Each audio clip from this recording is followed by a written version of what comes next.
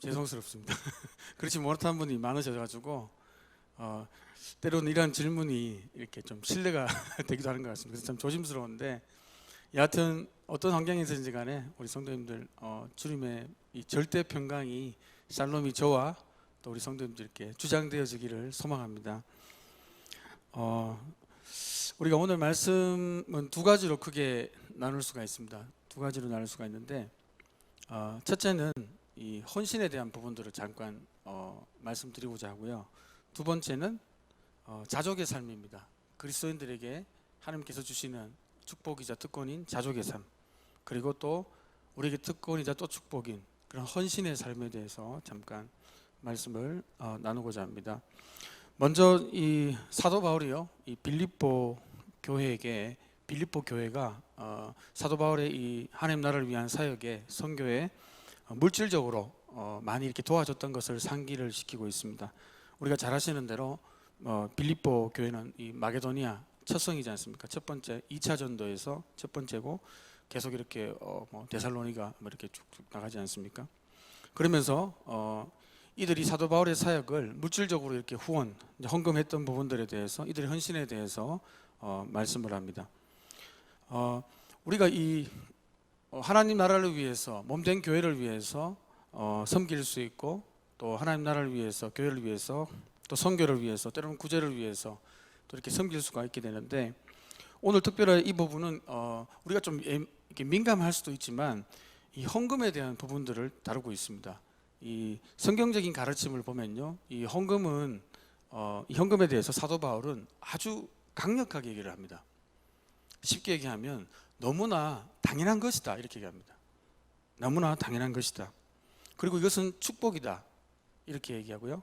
또 이것은 기회다는 것입니다. 하나님의 하늘나라의 보고를 쌓을 수 있는 좀이나 동록이 도둑이 와서 가져갈 수 없는, 도둑질할 수 없는 하늘 보고에 쌓아놓는 것이다 이렇게 말씀을 하기도 합니다. 우리가 먼저 이 하나님 앞에 우리가 헌신하는 데 있어서 여러 가지 방법들이 있지만 이런 물질적인 헌신들이 오늘 사도 바울에 얘기되고 있습니다. 우리가 이렇게 물질적인 부분들을 얘기하면 많은 분들이 이렇게 예민합니다. 왜냐하면 물질에 자유로운 사람은 아무도 없기 때문에 부자도 우리가 생각할 때 굉장히 부자도 나름 물질에 쪼달립니다. 여러분, 엄청 많이 버는 회장님도 쪼들리고요, 적게 버는 소시민들도 쪼들리고 다 쪼들립니다. 그런데 사도 바울이 이 헌금 부분에 대해서 또 이 선교 사역을 위해서 헌신한 부분들에 대해서 이것이 기회고 축복이고 또 하나님 앞에 하나님이 받으시는 향기로운 제물이 된다고까지 이렇게 말씀을 합니다. 말씀을 잠깐 확인해 보겠습니다. 14절을 같이 한번 읽어보도록 하겠습니다. 14절입니다. 시작. 그러나 너희가 내 괴로움에 함께 참여하였으니 잘 하였도다. 그죠? 이 헌금으로 사도 바울의 이 복음 사역을 도왔던 빌립보 교회들에게 사도 바울이 하나님 나라와 복음을 위해서 또 교회 개척을 위해서 전도를 위해서 선교를 위해서 당하는 그 괴로움에 빌립보 교회가 함께 동참했다는 것입니다. 하나님 나라의 일에 물질로서 함께 그 괴로움에 동참했고 그 괴로움을 나누었다는 것입니다. 15절에 보면요, 이렇게 사도 바울은 빌립보 교회 교우들에게 자신의 사역들 그리고 그 빌립보 교우들의 물질적인 후원을 생각하면서 이렇게 회고합니다. 빌립보 사람들아, 너희도 알거니와 복음의 시초에 내가 마게도냐를 떠날 때 주고받는 내 일에 참여한 교회가 너희 외에 아무도 없었다는 것입니다. 그리고 데살로니카에 있을 때에도 16절에 보면 두 번이나 나의 쓸 것을 공급해 줬다 이렇게 말씀합니다. 사도 바울이 이 헌금 부분들에 대해서 이렇게 계속해서 말씀하는 이유가 있습니다. 이것을 계속 말씀하면 사람들이 오해하기 참 쉽습니다. 어떤 사역자가 자신의 생활이 궁해지니까 사람들에게 돈을 요구하는구나, 인간적인 생각을 할 수가 있게 됩니다. 그래서 그 오해를 없애기 위해서 사도 바울이 17절에 이렇게 말씀을 합니다. 우리 17절을 한번 읽어보도록 하겠습니다. 시작. 내가 선물을 구함이 아니요 오직 너희에게 유익하도록 풍성한 열매를 구함이라. 그리고 18절에는요, 에바브로디도 편에 너희가 준 것을 받음으로 내가 풍족하니 이는 받으실 만한 향기로운 뭐라고 했습니까? 제물이라고 했습니다. 그리고 하나님을 어떻게 해요? 기쁘시게 한 것이다. 물질로서 사도 바울의 사역을 도운 것은 사도 바울이 하나님 나라의 사역에 그 괴로움에 함께 동참한 것이 되고, 그 어려움을 나눈 것이 되고, 하나님이 기뻐하시는 것이 되고, 하나님이 받으시는 참다운 헌신이 되었다는 것입니다. 향기로운 제물, 흠양했다는 것입니다. 하나님이 받았다는 것입니다. 사람에게 좋은 것 같지만 사실은 하나님이 받으셨다는 겁니다. 그리고 17절에 결정적으로 사도 바울이 이렇게 말합니다. 너희에게 선물을 구함이 아니다, 이렇게 말합니다. 선물이라는 것은요, 이렇게 생활, 그 생계 유지를 위해서, 생계를 도와달라는 차원에서 지금 헌금을, 그런 부분들을 말씀하는 게 아니라는 것입니다. 그런 선물을 구하는 게, 바라는 게 아니고 오직 너희에게 유익하도록 풍성한 열매를 구하고 있다, 이렇게 말씀합니다. 여러분, 우리가 이 헌금 생활이나 또 물질 생활, 또 여러 가지 물질뿐만 아니라 또 비물질적인 것도 하나님 앞에 우리가 헌신할 수 있습니다. 여러분, 신약의 모든 그리스도인의 이 은혜, 하나님의 은혜를, 이 십자가의 은혜를 경험한, 주님의 긍휼하심을 경험한 모든 사람들에게 이 로마서 12장 1절에는 이렇게 말합니다. 그러므로 형제들아, 내가 하나님의 모든 자비하심으로 너희를 권하노니 너희 몸을 하나님이 기뻐하시는 거룩한 산 제물로 드리라. 이것이 너희가 드릴 영적 예배다, 이렇게 말씀을 합니다.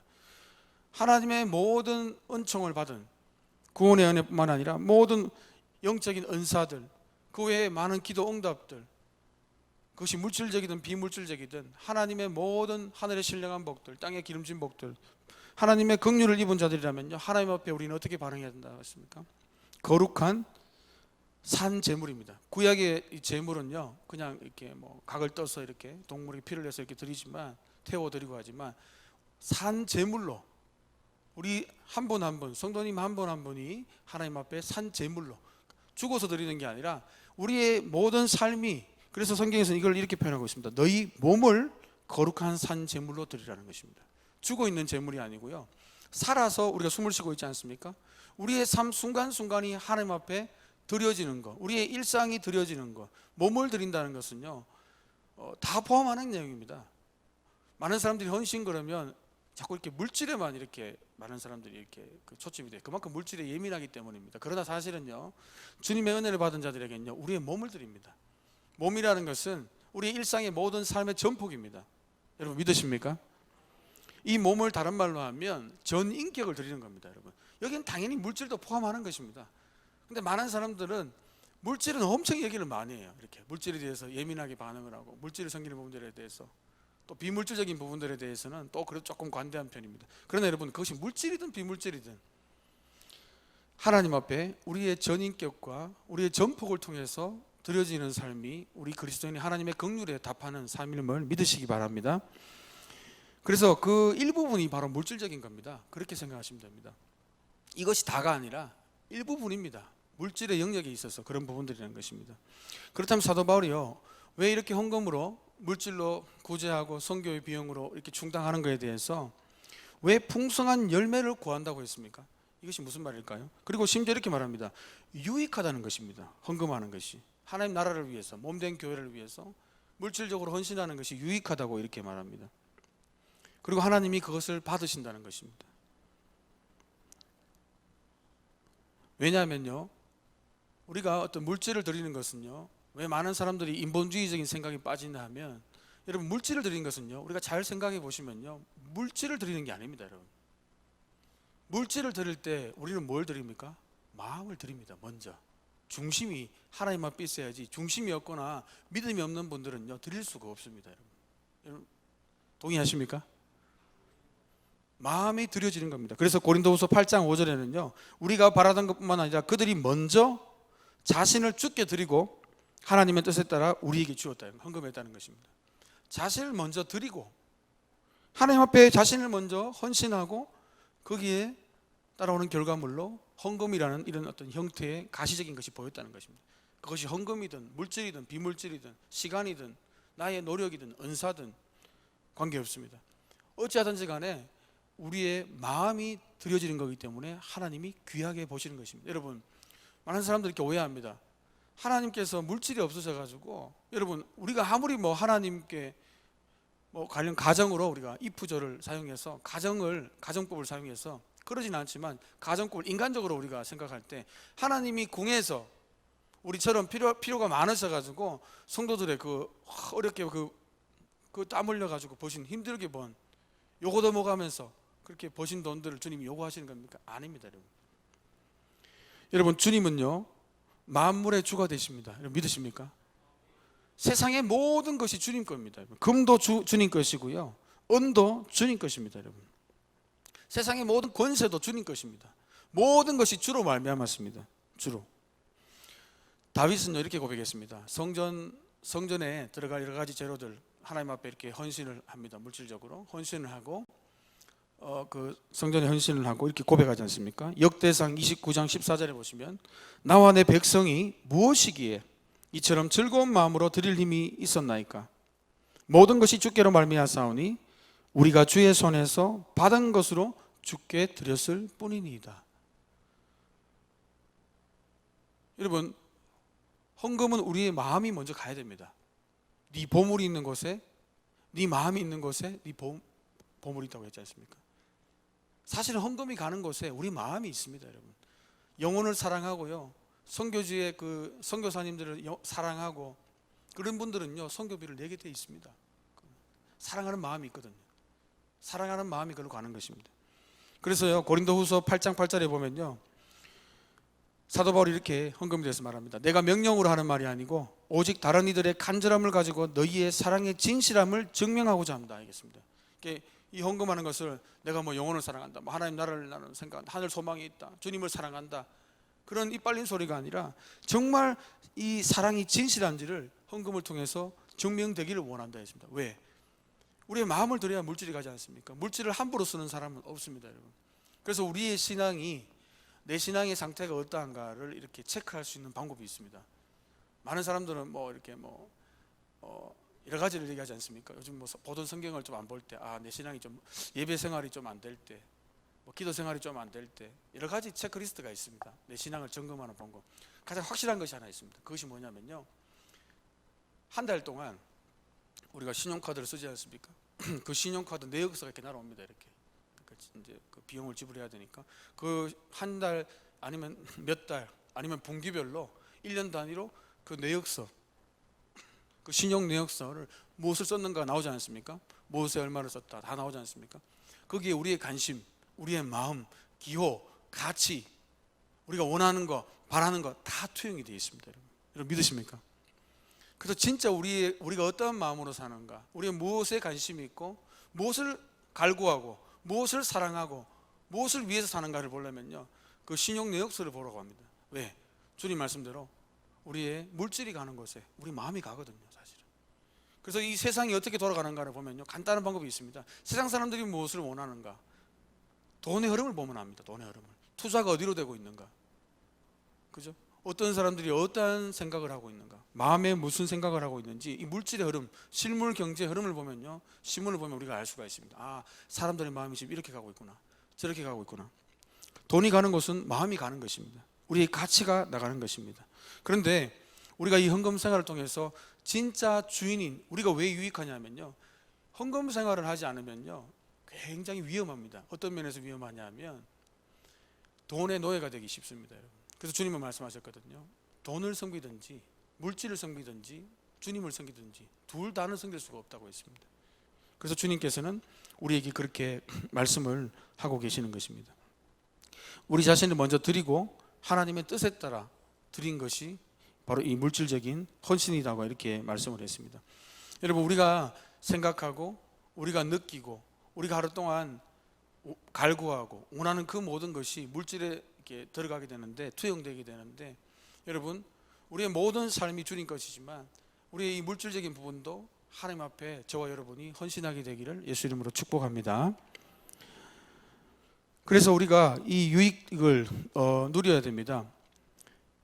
그리고 아까 제가 모두에 말씀드린 대로 보물을 하늘에 쌓아두라고 했습니다. 하늘에. 보물을 하늘에 쌓아야 됩니다. 하늘에. 땅에 쌓아두면 좀이 동록이 해할 수 있고 도둑이 와서 가져갈 수 있지만 하늘에 쌓아둔 건요 가져갈 수 없습니다. 예를 들면 심지어 주님 그렇게 말씀합니다. 어려운 자들을 위해서 구제한 헌금이 있지 않습니까? 잠언 19장 17절 이렇게 말씀하지 않습니까? 가난한 자를 불쌍히 여기는 것, 이 구절을 말합니다. 여호와께 구워드리는 것이다. 그의 선행을 그에게 갚아주시겠다 했습니다. 가난한 자에게 우리가 우리의 사랑의 그 그리스도의 사랑을 가지고 조금씩 이렇게 도와줄 때 있지 않습니까? 주님이 그것도 잊지 않겠다는 것입니다. 여러분, 여하튼 우리는 이 물질의 노예가 아니라 이 모든 것의 주인, 물질의 영역도 주님이 주인 되심을 인정하시는 저와 여러분 되기를 소망합니다. 탐욕은, 탐심은요, 우상 숭배라고 했습니다. 주님 외에 더 사랑하는 거, 더 원하는 거, 더 좋아하는 것이 우상입니다, 여러분. 이렇게 상을 가지고 절하거나 꼭 그렇게 이렇게 어떤 그죠? 석상에다 절하는 것만이 우상 숭배가 아니라 탐심은 이미 하나님 외에 다른 것에, 여러분, 저와 여러분이 하나님을 가장 사랑하고 삶의 모든 전법 가운데 하나님을 인정하고 모든 것의 주인 되시는 하나님을 인정하는 저와 여러분 되기를 축복합니다. 두 번째 우리가 살펴볼 것은 자족의 삶입니다. 자족의 삶. 그리스도인들은요, 제가 지난 시간 말씀드렸는데 평강의 삶을 누려야 된다고 했습니다. 모든 환경을 초월하는 거 있지 않습니까? 기도를 통해서 주님 주시면 절대 평강을 누리는 자들이고, 또 사도 바울은요, 자꾸 물질 얘기를 하면 사람들이 오해하지 않습니까? 그래서 사도 바울이 자신이 궁핍해서 그러한 얘기를 하는 게 아니라고 하면서 그렇게 얘기하지 않습니까? 그러면서 오늘 두 번째 우리가 살펴볼 것은요, 사도 바울이 우리에게 사도 바울을 통해서 말씀하시는 중요한 교훈들이 있습니다. 그것은 바로 그 사도 바울이 배운 일체의 비결입니다. 비밀을 전수받았다고 했습니다. 그 비밀을 우리도 오늘 받아야 됩니다. 12절을 같이 한번 읽어보도록 하겠습니다. 11절 12절입니다. 같이 읽습니다. 시작. 내가 궁핍함으로 말하는 것이 아니니라. 어떠한 나는 자족하기를 배웠노니 나는 비천에 처할 줄도 알고 풍부에 처할 줄도 알아. 모든 일 곧 배부름과 배고픔과 풍부와 궁핍에도 처할 줄을 아는 일체의 비결을, 여러분, 우리가 잘 아시는 대로 사도 바울의 그런 행적들이 있지 않습니까? 사도 바울 선생님의 행적들, 그 사도 바울 선교사님의 그런 행적들은 바로 사도행전 잘 드러납니다. 서신서에도 드러나고요. 굉장히 어렵습니다, 여러분. 지금 그분이 이런 고백을 하는 거예요. 아무 일도 없던 분들이 이런 고백을 하면요, 이건 조금 의심이 가는데, 이분은 사실은 이런 고백이 아닙니다. 이분의 삶은 실질적으로 우리가 객관적인 인간적인 눈으로 보면요, 환난의 연속이었습니다. 고난의 연속이었고요. 거의 죽고 싶을 정도였습니다. 매일 죽음의 위기에 몰렸습니다. 돌에 맞아 진짜 죽었다가 진짜 살아나기도 하고요. 거의 죽을 뻔하다가 살아나기도 하고, 야반에 도주를 하기도 합니다. 폭동이 일어나기도 하고요. 40명의 암살단이 사도 바울을 죽이려고 지금 막 암살단이 막 숨어서 준비하고 있고요. 어떤 때는 성의 창문을 통해서 도망치기도 하고요. 사는 게 아닙니다, 여러분. 하나님께서, 우리 주님께서 성령이 안수해서 선교 사역을 보냈지만 실제 벌어지는 일은요, 매일 두드려 맞고 도망치고 복음 전하다가 폭동을 맞고 죽이려고 달려들고 유대인들 따라와서 또 막 거짓 소문 내고, 거짓 교사도 교회에 와가지고 계속 거짓 소문 내고, 미칠 노릇입니다, 여러분. 어디 이런 평강이 있겠습니까? 그런데 사도 바울이요, 놀라운 말씀을 합니다. 어떤 형편이든지 나는 자족하기를 배웠다는 것입니다.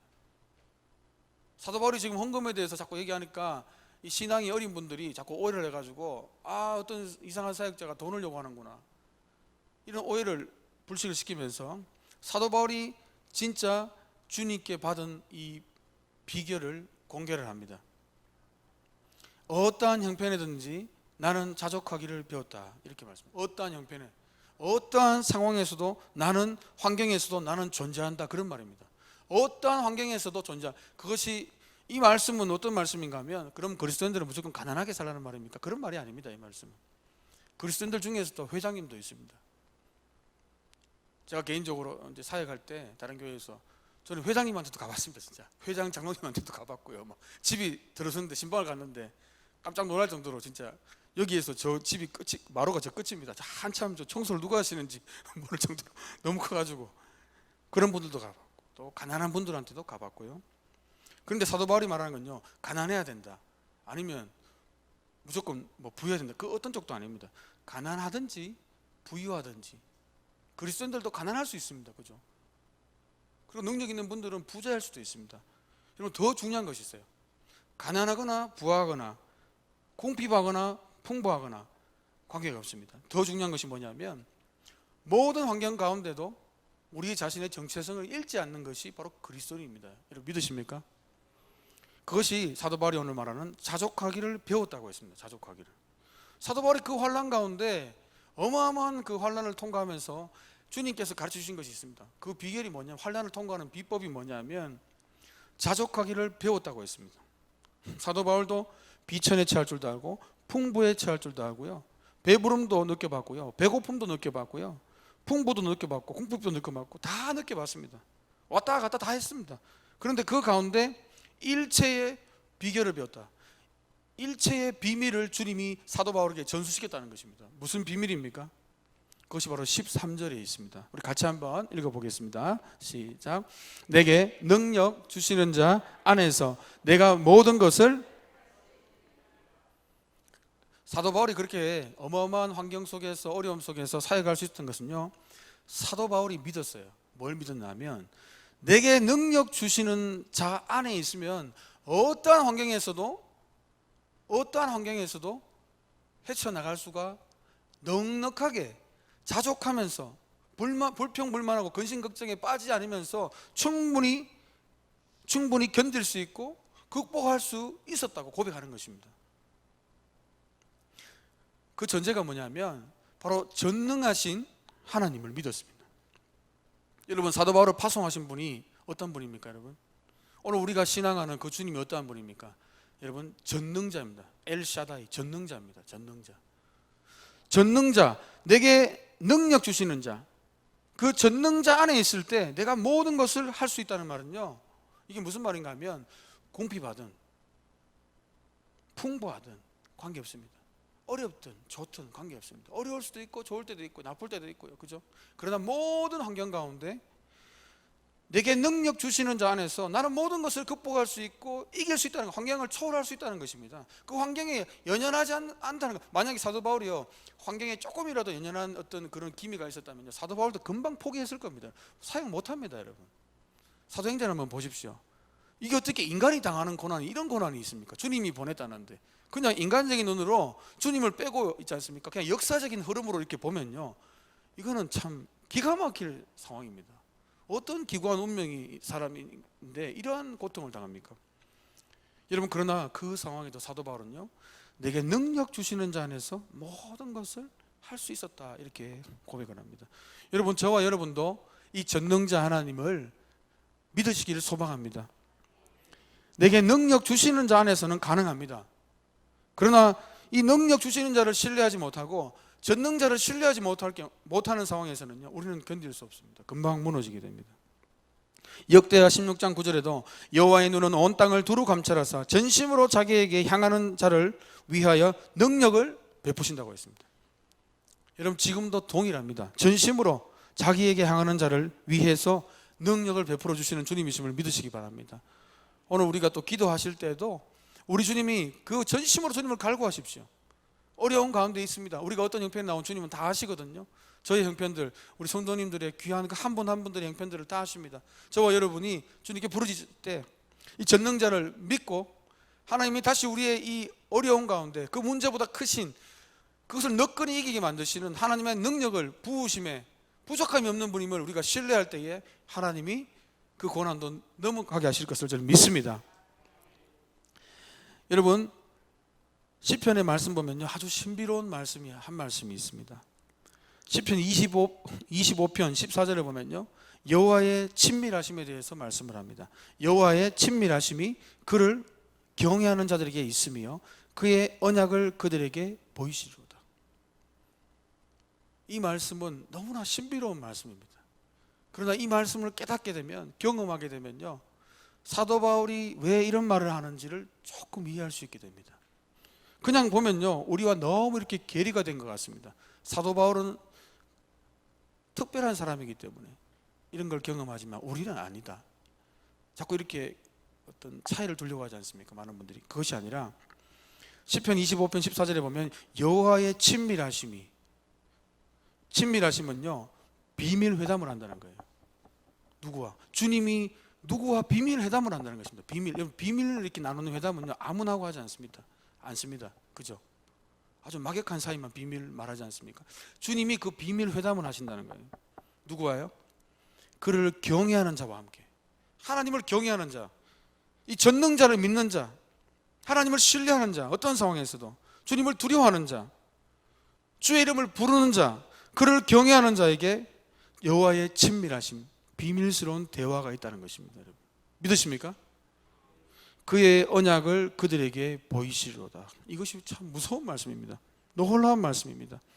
그의 언약을 여호와를 경외하는 자에게 비밀스럽게, 남들은 모르게, 그 여호와를 주님을 경외하는 자에게 비밀스럽게 말씀해 주신다. 보인다는 말은요, 여기 보인다는 말은 그냥 이렇게 보여준다는 말이 아닙니다. 지식을 넣는다는 말이 아니라 경험적으로, 체험적으로 하나님의 약속, 언약이 어떠한 것인지를 풍성하게, 풍부하게 보여주는 것입니다. 여러분 여기 비결이 있습니다. 사람들은 안 된다고 그럽니다. 사람들은 어렵다고 그럽니다. 마지막이라고 합니다. 끝이라고 합니다. 그런데 주님은요 여호와를 진짜로 경외하는 자들에게는요 비밀스럽게 하나님의 약속들, 그 약속을 붙드는 자들 있지 않습니까? 그 사람에게는 몰래 이렇게 가셔가지고 그 사람만 알 수 있는 놀라운 일들을 하십니다. 그 약속이 어떻게 이루어지시는지, 얼마나 하나님이 신실하신지, 그 약속이 기묘하게 어떻게 이루어지는지 다들 포기했는데 견딜 수 있는 새로운 힘을 주십니다. 이사야 말씀에도 이런 말씀이 있지 않습니까? 여호와를 앙망하는 자는 피곤치 않고 날마다 샘을 얻고 독수리의 날개침에 올라간 같을 것이다 했습니다. 오늘 그러한 이 새로운 힘을, 주님을 경외하고 주의 이름 부를 때에 주님이 주시기를 저는 소망하고 또 저와 여러분이 받기를 소망합니다. 여러분 아굴의 잠언을 아시지 않습니까? 아굴이 기도를 합니다. 잠언 30장 보시면요, 우리가 잠언을 읽으신 분은 잘 아시겠지만 아굴이 기도를 합니다. 자기의 생전에 중요한 기도를 합니다. 내가 두 가지를 주께 구하였사오니, 두 가지를 이 아굴이 구하게 되는데요, 내가 죽기 전에 내게 거절하지 마시옵소서 하면서 이 두 가지를 구하는데요, 잠언 30장 8절에 보면 곧 헛된 것과 거짓말을 내게서 멀리 하옵시며, 헛된 것과 거짓말을 좀 멀리하게 주님 도와주세요, 이렇게 기도를 합니다. 그리고 또 중요한 두 번째 기도를 합니다. 바로 오늘 주제와 관련이 있습니다. 나를 가난하게도 하지 마시고 부하게도 하지 마시고 오직 필요한 양식으로 나를 먹여 주십시오. 가난하게도 하지 마시고, 너무 찌질하게 가난하게도 하지 마시고 찢어지게, 그렇지만 또 반대로 너무 부유하기도 하지 말라고 기도합니다. 필요한 양식으로 주님 채워주면 좋겠습니다 기도합니다. 그 이유를 잠언 30장 9절에 이렇게 말씀합니다. 혹 내가 배불러서 부유해지면, 너무 부유해져가지고 배가 불러가지고 등이 따셔져가지고 내가 혹 하나님을 모른다, 여호와가 누구냐 할까 하오며, 주님을 모르고 그 돈을 의지하고 돈 맛에 세상에 안락에 등 따시고 배부르면요 주님 안 찾지 않습니까? 그렇게 될까 봐 두렵다는 것입니다. 그리고 반대로 너무 가난해가지고 내가 시험 들어가지고 혹시 도둑질하거나 다른 사람에게 억한 감정을 가지면 그것도 죄이지 않습니까? 하나님 영광이 안 됩니다. 그래서 내가 너무 가난해 도둑질하고 내 하나님의 이름을 욕되게 할까 또 두려워합니다. 그래서 너무 가난하게도 하지 말게 해주세요, 이렇게 기도를 합니다. 여러분 인간은요, 우리가 잘 아시겠지만 정말 간사합니다. 우리의 마음이 부패하기 때문에요, 이 세상에서 가장 부패한 것, 더럽고 더러운 것 중에 더러운 것이, 예레미야도 말했지만 인간의 마음입니다. 가장 부패한 것. 오늘 다르고 어제 다릅니다. 늘 다릅니다.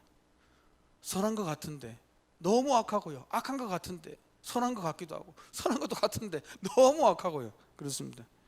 신명기 8장에도 모세가 이스라엘 백성들에게 이 가나안으로, 이제 가나안 복지로 입성하기 전에 그 설교를 하지 않습니까? 너희들 이거 조심해라. 가나안 땅에 들어가면 너가 먹어서 배부르고 아름다운 집을 짓고 거주하게 되고 네 소와 양이 번성하고 은금이 정식되고 소유가 다 풍부하게 될 때에 마음이 교만해져서 네 하나님 여호와를 잊어버릴까 염려하노라. 그거 조심하라는 겁니다, 여러분. 그래서 어떤 분들은요 막 어려울 때는 엄청 기도하거든요. 막 기도해가지고 하나님께서 자식도 성공시켜 주시고요, 막 사업도 되게 하시고 막 풀리는 거예요. 근데 가끔씩 이런 경험, 목회적인 경험을 하다 보면 너무 잘 되는 겁니다. 근데 굉장히 좀 가끔씩 그런 거 있어요. 너무 잘 되시는 분들은 개인적으로 굉장히 좀 조심해야 됩니다. 왜냐하면요, 너무 잘 되니까 거기 취하시더라고요. 그러면서 신앙의 방학을 이때까지 기도한다고 너무 힘들었고 여기까지 오늘 너무 힘들었으니까 좀 쉬어야 되겠다, 신앙을 좀 쉬고 싶다, 좀 세상도 즐기고 싶다, 이제 그렇게 가시는 분도 있습니다. 여러분, 그러나 우리는요, 우리의 상황과는 관계없이 우리의 진짜 만족과 기쁨과 평안은요, 어디에 있습니까? 여러분, 주님 안에 있을 때인 줄 믿으시기 바랍니다. 여러분, 굉장히 부유하신 분들 있지 않습니까? 그분들은 걱정이 없을 것 같지 않습니까? 돈도 많고 구하면 다 될 것 같고, 그죠? 좋은 차도 있고 좋은 집도 있고 뭐 권력도 있고 뭐 다 있어요. 근데요, 이렇게 신방을 하다 보면 그렇습니다. 이렇게 근심이 엄청 많으시더라고요. 회장님도 근심이 있고요, 직원도 근심이 있고 다 근심이 있어요. 사원은 사원대로 근심이 있고요, 회장님은 회장님 나름대로 근심이 너무 많습니다. 아니, 더 큰 근심이 있어요. 여러분, 우리가 주 안에 있을 때 여러분 자족함을 배울 수 있습니다. 여러분, 주님을 신뢰할 때 자족함을 배울 수 있습니다. 여호와를 신뢰할 때요, 우리는 흔들리지 않습니다. 그 외의 것을 신뢰하게 되면요, 그것은 잠깐의 만족을 줍니다. 그러나 곧 우리에게 실망감을 주게 됩니다. 여러분, 우리가 살아가시게 되면서 정말 우리가 갈구하는 거 있지 않습니까? 그것이 뭔지를 다시 한번 저와 여러분 상기하기 원합니다. 주님만큼 갈구하는 게 혹시 있었던가? 주님을 생각하는 것보다, 하나님의 일을 생각하는 것보다 혹시 나의 염려를 더 많이 생각하진 않았는가? 혹시 내가 물질의 노예는 되지 않았던가? 다른 데는 이렇게 풍부하면서 하나님의 일에는 내가 너무 인색하지 않았던가? 나는 지금 썩어져 갈 세상에 쌓고 있는가? 아니면 정말 하늘 보고에 쌓고 있는가? 그리고 우리가 두 번째로 본 대로 정말 내게 능력 주시는 자 안에서 모든 것을 할 수 있다는 이 사도 바울의 고백이 또한 저와 여러분의 고백이 되기를 예수 이름으로 축복합니다. 오늘 이 밤에도 여호와의 친밀하심이 주님을 경외하고 주의 이름을 부르는 저와 여러분에게 주님의 그 언약의 신실함과 그 풍성함, 그 축복들을 우리가 경험적으로 알 수 있도록 보여주시는 그 놀라운 하나님을 만나는 저와 여러분 되기를 축복합니다. 기도하겠습니다. 하나님 아버지, 감사합니다.